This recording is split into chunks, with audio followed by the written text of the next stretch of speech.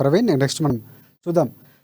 Next ఆన్‌లైన్‌లో చూసుకుంటే యాప్‌కు సంబంధించినటువంటి నిజామాబాద్‌లో ఒక ఘటన జరిగింది. కామారెడ్డి జిల్లాలో ఒక ఘటన అంటే ₹12,00,000 పోగొట్టుకున్నటువంటి యువకుడు మనకి కనిపిస్తున్నటువంటి పరిస్థితి. పూర్తి స్థాయిలో చూసుకుంటే చాలామంది ఆన్‌లైన్‌లో డబ్బులు తీసుకోవడం, ఆన్‌లైన్ యాప్‌ల్లో ఆశ్రయించడం, మోసపోవడం గతంలో చాలా విన్నాం. అయితే ఈ నేపథ్యంలో యువకుడు కూడా ఆత్మహత్య యత్నం చేసినట్టు తెలుస్తుంది. దీనిపై పూర్తి అప్డేట్స్ ఏంటి?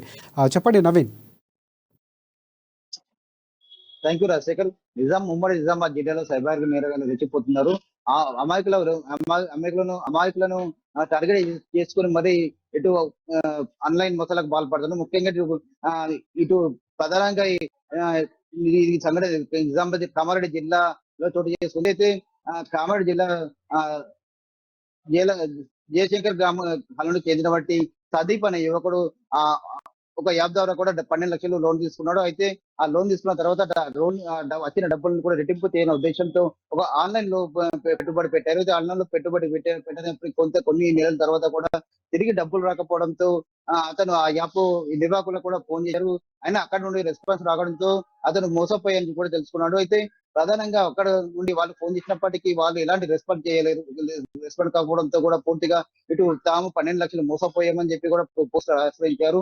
అయితే దీనికి పోలీసులు కేసు నమోదు చేసుకొని మరి దర్యాప్తు చేపడుతున్నారు. అయితే ప్రధానంగా చూసుకున్నట్లయితే గత కొన్ని రోజులుగా ముఖ్యంగా ఇటు ఆన్‌లైన్ మోసాలు కూడా ప్రధానంగా జరుగుతున్న కనిపిస్తుంది. నెలకు 1, 2 ఆన్‌లైన్ మోసాలు కూడా జరుగుతున్న సందర్భం చూస్తున్నాం. అయితే కేవలం అమాయకులను ఎవరైతే ఉన్నారో యువకులను టార్గెట్ పెట్టుకొని మరి ఆన్‌లైన్ మోసాలకు పాల్పడుతున్నారు. లోన్ ఇస్తాము, అలాగే ఈ యాప్‌లో పెట్టుబడి పెట్టండి, దీనికి రెట్టింపు డబ్బులు ఇస్తామని చెప్పి కూడా వీళ్ళు అమాయకులను బుర్ర కొట్టించి మరి డబ్బులు లాక్కున్న పరిస్థితి కనిపిస్తాయి. తిరిగి డబ్బులు కట్టమంటే వాళ్ళకు బెదిరింపులకు పాల్పడడం కూడా చేస్తున్న పరిస్థితి కనిపిస్తుంది.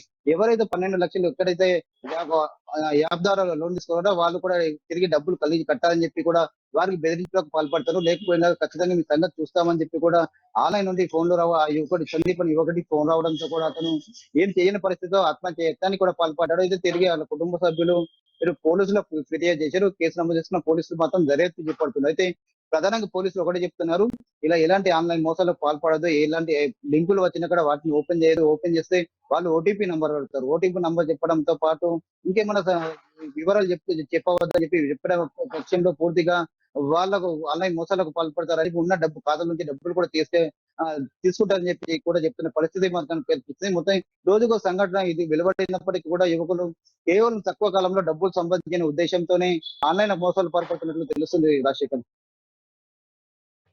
ఇంకా చూసుకుంటే నవీన్ ఇక్కడ ఈ నేపథ్యంలో పోలీసులు ఏదైతే కేసు నమోదు చేసుకున్నారో దానికి సంబంధించి అప్డేట్స్ ఏంటి? ఎలాగా ఆ కేసుకు సంబంధించినటువంటి పురోగతి ఉంది? కేసుకి సంబంధించినటువంటి ఎలా అంశాలతో ముందుకెళ్తున్నారు? దానికి సంబంధించి అప్డేట్స్ ఏమైనా ఉన్నాయా?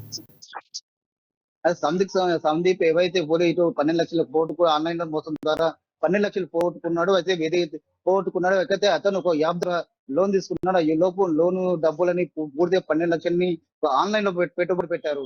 అయితే ఆ ఆన్‌లైన్ పెట్టుబడి కొన్ని నెలలు గడిచినప్పటికీ అక్కడ నుండి ఎలాంటి ఫోన్ రాకపోవడం, ఎక్కడైతే లోన్ తీసుకున్నారో అక్కడ 12,00,000 తిరిగి కట్టమని వేధింపులకు పాల్పడడంతో పోలీసులు ఆశ్రయించారు. అయితే పోలీసులు మాత్రం దర్యాప్తు చేపడుతున్నారు. అయితే ఇక్కడ ఎవరైతే ఆన్‌లైన్ కు ఇక్కడ పెట్టుబడి పెట్టారో ఆ యాప్ సంబంధించిన నిర్వాహకులు కూడా ఇక్కడి వారు కారు. ఎందుకంటే విదేశాల్లో ఉంటారు, వేరే రాష్ట్రంలో ఉన్న వారు ఉన్నారు.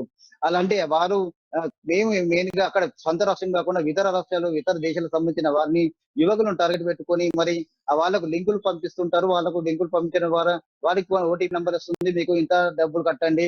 దీని వల్ల మీకు నెలకు ఇంత డబ్బులు వస్తాయి, సంవత్సరానికి ఇంత డబ్బులు వస్తాయి. తక్కువ సమయంలో మీరు ఎక్కువ లక్ష్యం సంపాదించవచ్చు అని చెప్పి మోసపూరిత మాటలు చెప్తారు. వాటికి వాటలు నమ్మినటువంటి వీరు వారికి డబ్బులు పెట్టుబడి పెడుతుంటారు. ఇలా పెట్టుబడి పెట్టడం వల్ల పూర్తిగా నష్టపోతుంటారు. అయితే చివరకు పోలీసులు మాత్రం ఒకటి చెప్తున్నారు, ఇలా పెట్టుబడి పెట్టవద్దు అని చెప్తున్నారు. అయితే కేసు నమోదు చేసుకున్నాం కానీ వీరు ఎక్కడ ఉన్నారో ఏ రాష్ట్రం చెందిన వారు వాళ్ళు ఇంకా ఎలాంటి మోసం పెట్టాలి, దీనికి ఎవరు నిర్వాహకులు ఎవరు, ఓనర్లు ఎవరు కూడా తెలిసిన ప్రయత్నం చేస్తామని చెప్తున్నారు. ముఖ్యంగా పోలీసులు ఒకటే చెప్తున్నారు, ఎలాంటి మెసేజ్ లింకులు వచ్చినా ఇటు వాట్సాప్ కావచ్చు, మామూలు మెసేజ్లు ఎలాంటి లింకులు వచ్చినా కూడా ఫోన్ ఓపెన్ చేయవద్దు. అలాగే ఎలాంటి ఫోన్ అన్నోన్ నంబర్ కావచ్చు, కస్టమర్ కేర్ నుండి ఎలాంటి నంబర్లు వచ్చినా కూడా జాగ్రత్తగా మాట్లాడాలి. ఎలాంటి వాళ్ళకి వివరాలు చెప్పొద్దు అని చెప్పి చెప్తే పరిస్థితి మొత్తం మీద చూసుకున్నట్టయితే ఇప్పుడు ఉమ్మడి నిజామాబాద్ జిల్లాలో ఇటు ఆన్‌లైన్ మోసాలు కూడా రెచ్చిపోతున్నారని చెప్పవచ్చు రాజశేఖర్.